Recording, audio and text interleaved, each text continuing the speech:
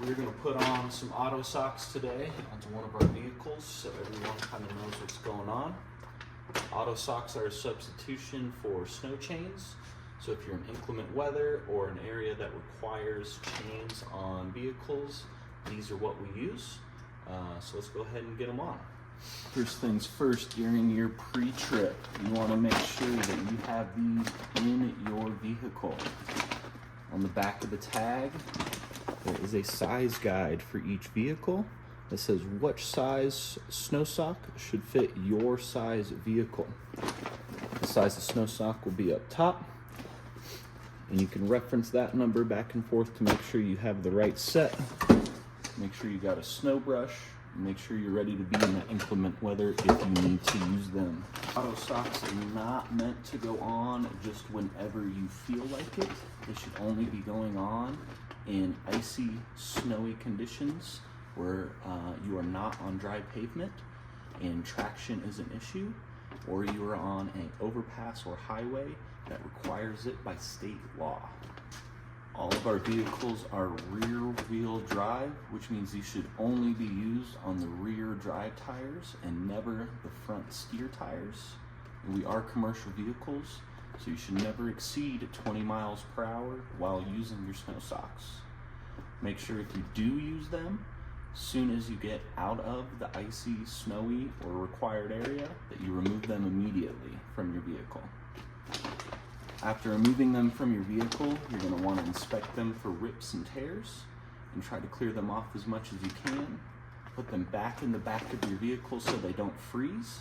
And at the end of your trip, enter that into the portal so we know that they've been used, and bring them into our shop so we can inspect them, wash them, and re-put them into the vehicle for another use.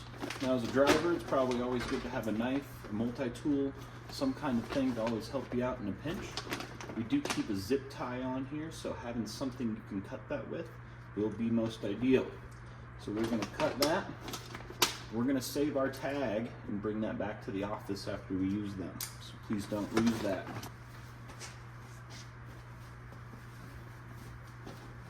This is your AutoSock. You can always confirm the size of your sock with what was in the bag by looking at the tag on the orange, and we can see that this was a 698, just as it was listed on our bag is a 698. And you can see behind us we have a Sprinter, so if we reference our size guide, a Sprinter is a 698. Now if you always want to triple check that size, you could go to the AutoSock website listed here on our tag, put in the exact tire size of your vehicle, and triple check that you got the right one on this size guide. All right, now before installing our AutoSock, we want to make sure that our size is correct. We'll check out all areas of our sock to make sure there's no holes, rips, tears. Make sure everything looks like it's in good condition. It looks like we're good there.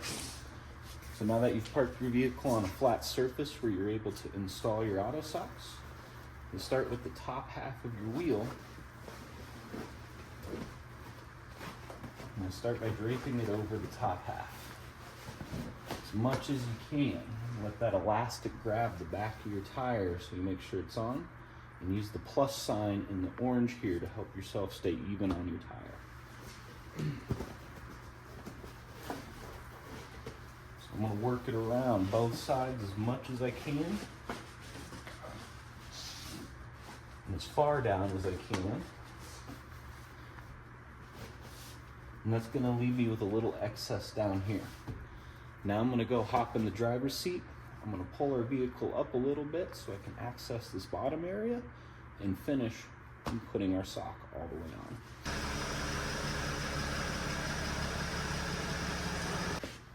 Now you can see the remainder of the sock we hadn't secured is now up and off the ground. So I can take the rest of this, grab that elastic, make sure I get it all the way around the tire evenly. So you want the white carpeted section around where your tread is. Make sure your orange X is centered on your tire. feel all the way around the back to make sure your elastic has grabbed everywhere on the back side. Now your AutoSock is installed on one side of your vehicle. You repeat the process for the other side.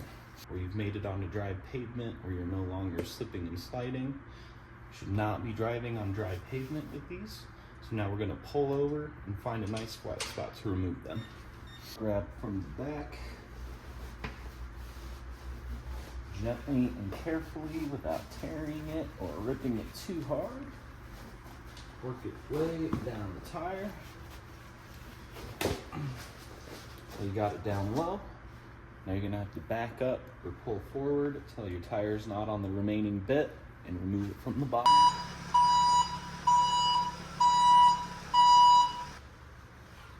Now your AutoSock is probably gonna be wet, dirty, muddy, snowy, icy. You're gonna wanna try to get it inside out. Get as much of that debris out of there as you can. If it's very wet, maybe try to wring some water out of it. And you'll take both your used snow socks. Make sure you put them back in the back of your vehicle so they can dry out on your way home. Enter it into the driver portal that you used them. Then, when you get back here to the office, take both your AutoSocks and bring them here into Bay 1 so I can get them inspected and washed for the next use in time that we need them.